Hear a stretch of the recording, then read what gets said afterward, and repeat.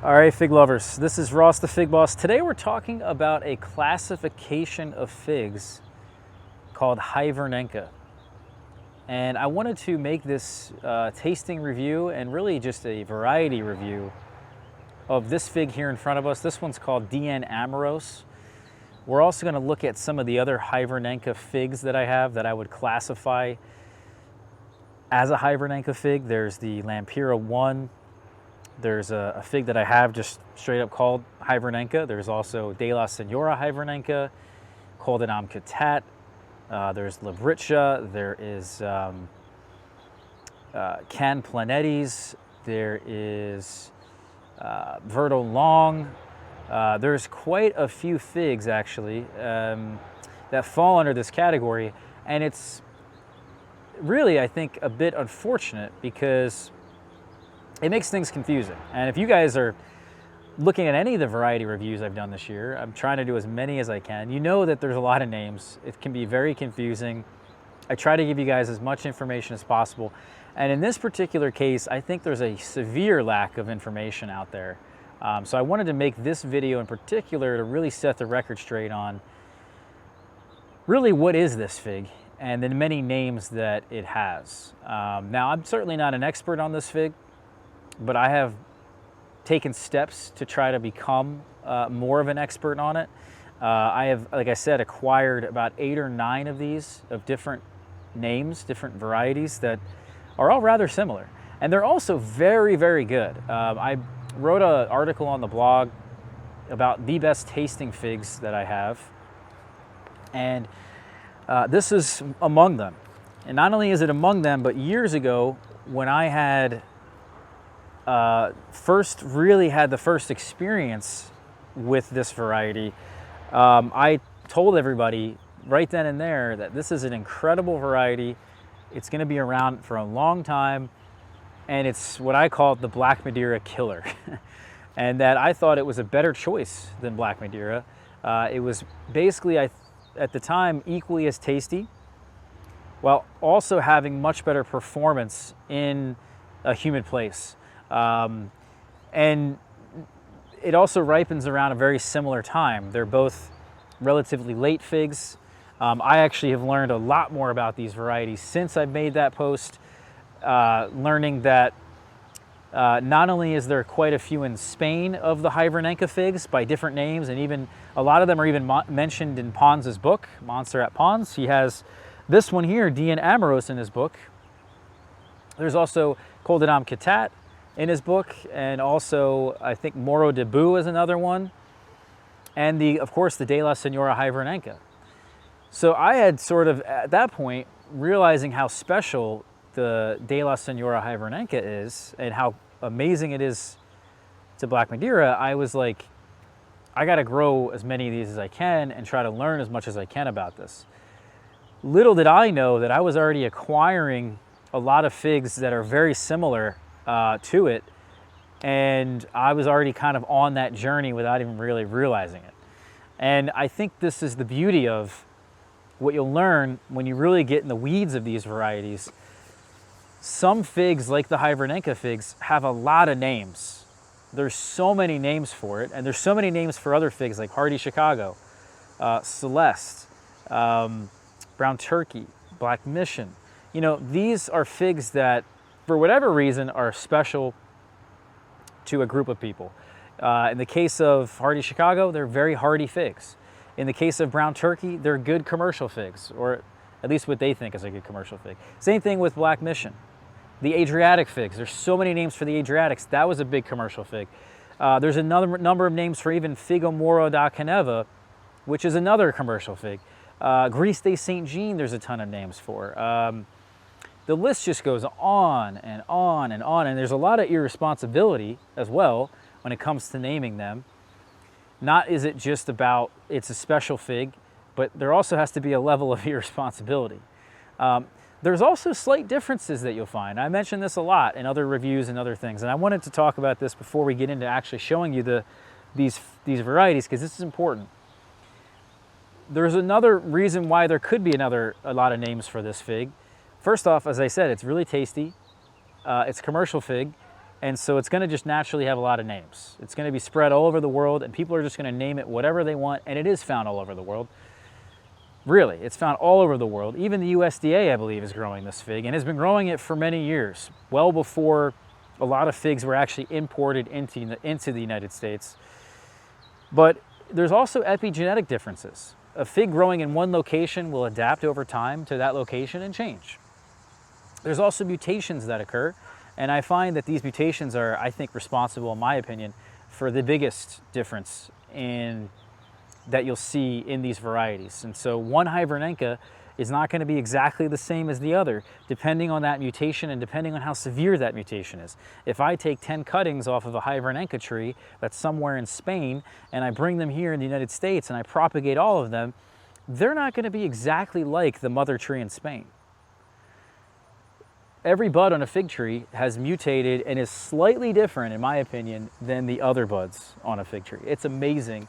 It's one of the coolest parts about figs. So yeah, that's part of the reason why there's so many figs, many different names for this one variety. As I said, it also performs really well just about everywhere that you can ripen it. If you can get it to ripen in the length of your season, it's going to do well. So typically it's a fig found in Spain a lot. I haven't seen too much of it actually in Italy, but I would expect it to be more in very hot and dry places rather than milder places of the Mediterranean. So places like England, places like, France, it's going to be really difficult to grow this particular variety. Germany, it's going to be very difficult to grow this. It's just going to be too mild, and you're not finding them there that frequently. However, there is a bowed version of this called Verdon Long.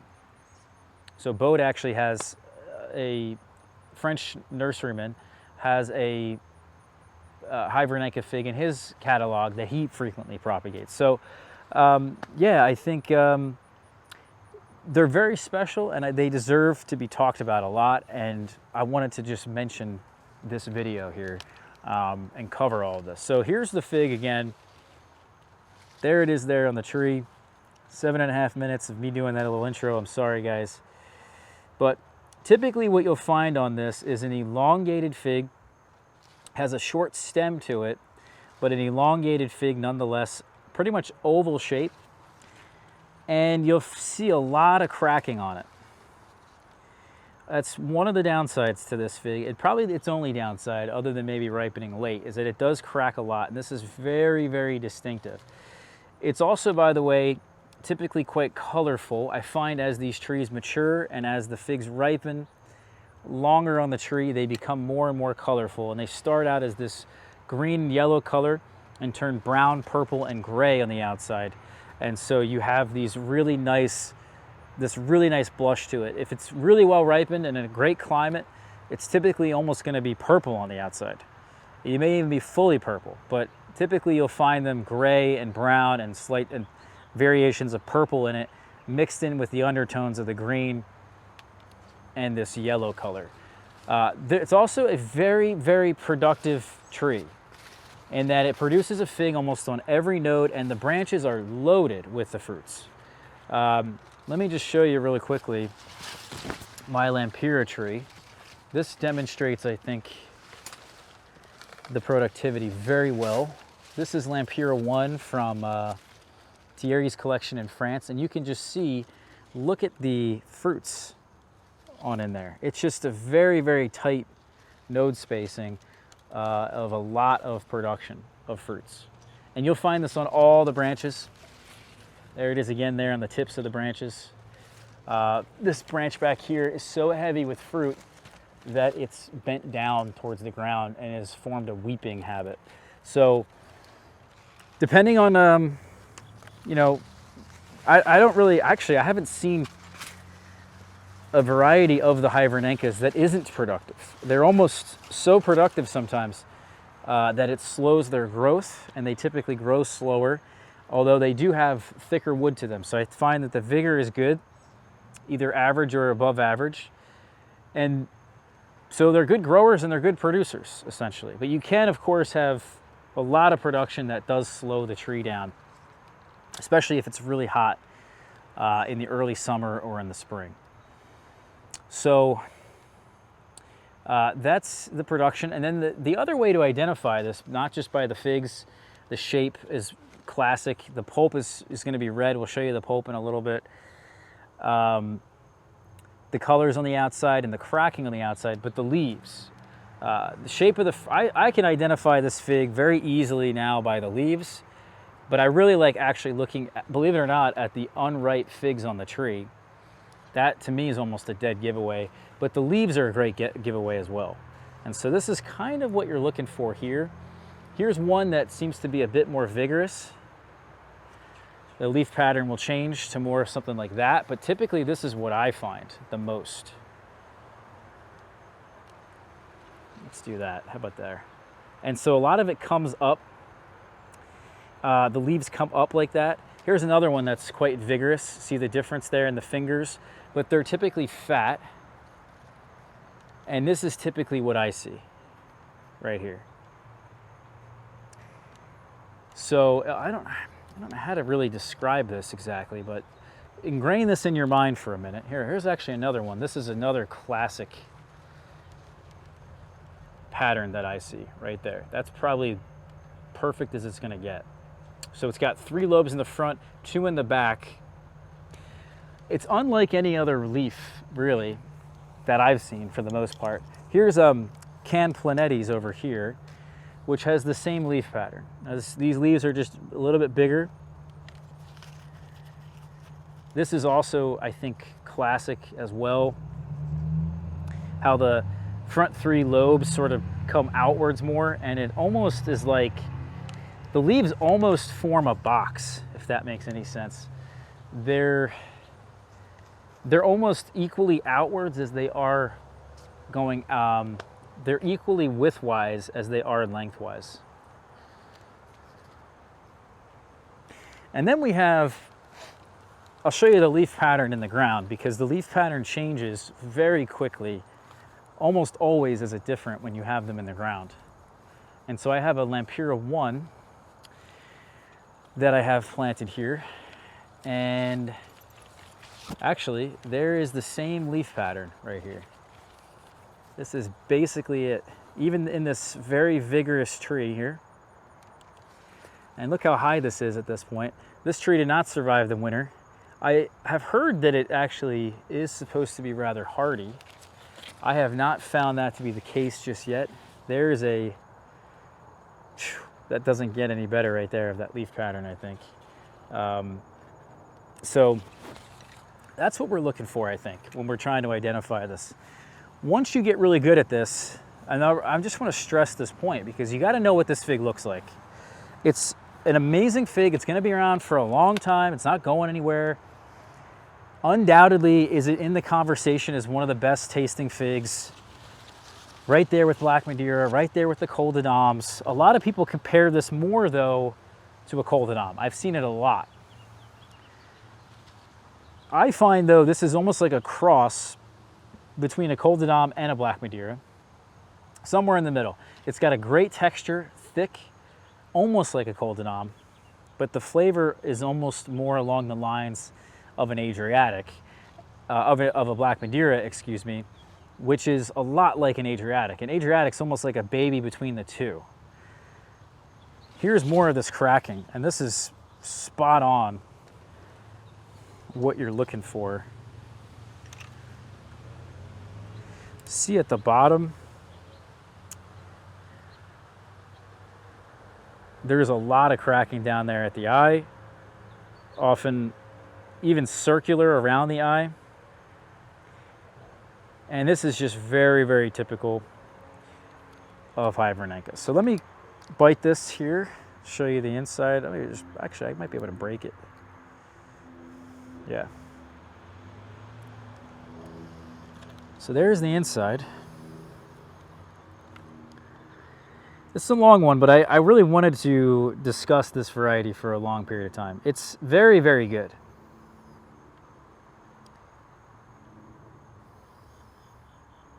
So it's usually quite red, maybe not super dark red like maybe a Calderona or a Black Madeira, but it definitely gets close to that. And for me, it's in the texture.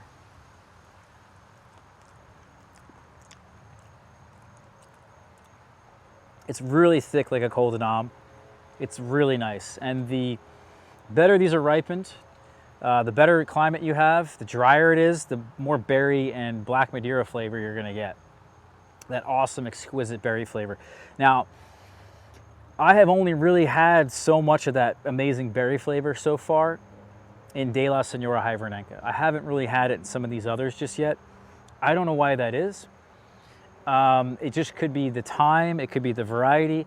I have lost my De La Senora Hivernenca tree years ago. We planted it in the ground. It was a grafted tree and it didn't survive the winter. That was a big mistake. Lost a lot of grafted trees that year. It's too cold here. So it's been taking me a while to get it back. Finally was able to get it back. After talking so highly of it, the prices rose so crazy that I wasn't able to get this variety. But I finally got some cuttings this past year and grafted a couple trees of it. So now we have 2 grafted trees. They're small. Next year they'll produce, and maybe we'll get the amazing experience we had from this. Regardless, it seems like to me, there probably will be one winner amongst them. And actually, Col de Dame Catat, if you read through Pons's book, seems to do quite well in moisture, a little bit more than the others. And so for me, in a humid place, that's probably where I'm looking forward to and putting my money in. I don't think I have a very mature tree of it. I definitely don't have a mature tree of it. So that one's still gonna be up in the air to see how that one turns out. But the best one's gonna be typically the one that has the shortest hang time. And that's not discussed in any book or anywhere else. And so that's the most important characteristic you can have in a humid place. So what I am finding though is that all of them so far have a short hang time. It seems like to me they're all relatively short. And that's the best part about it, is that, and that's why it does so well in this climate. Not only is it the shape and the way that it kind of, sheds the water a bit from its skin. It doesn't seem to get so soaking wet and absorb that water and ruin the quality. It's really about the hang time. You pick it a lot in a very short amount of time before the rain.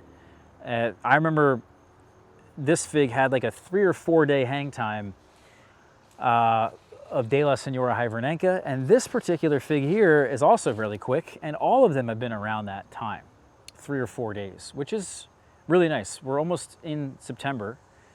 Tomorrow's September 1st. So what this means to me is that we've got essentially a lot of proven varieties in this that I think have that quicker hang time. And this is why, even though they do ripen late, they're still going to produce a relatively good quality fig like the Adriatics, because they taste relatively good underripe and they ripen quicker. So for me, if someone were to ask me, what are the best tasting figs that are late for a humid climate, it's going to be the Col de Dames, De La Roca, which is really rather similar to the Col de Dames, the Hivernenca figs, the Adriatic figs, and there's one more I'm not thinking of. But the point is, those are really, really, really nice figs for that part of the year, where a lot of people can run into a lot of problems because it cools down, the soil cools down, the nighttime temperatures drop, you get a lot of rain. And so these figs basically give you an amazing eating experience, even well into later parts of the season. And so, yeah, I don't know if it's necessarily a Black Madeira killer. I think probably that name probably could go to Calderona. Or even, let's say, Colonel Lippmann's Black Cross. But this one here is its own fig. And to me, you got to try at least one of them. I'll put the names of all these figs in the description, and I'll also put it in the blog post, because we're going to be writing about this and talking about this fig for a long time. And there's so many names for it, and people are acquiring, like me, I have 8 or 9 of them, but I have that on purpose. Others are getting like 3 or 4 of them, spending lots of money and not even realizing what they have. So there it is there, guys. the Hivernenca figs. Thanks for watching. We'll see you for the next video, okay? Hit that subscribe button for me, hit the like button. Take care, everybody.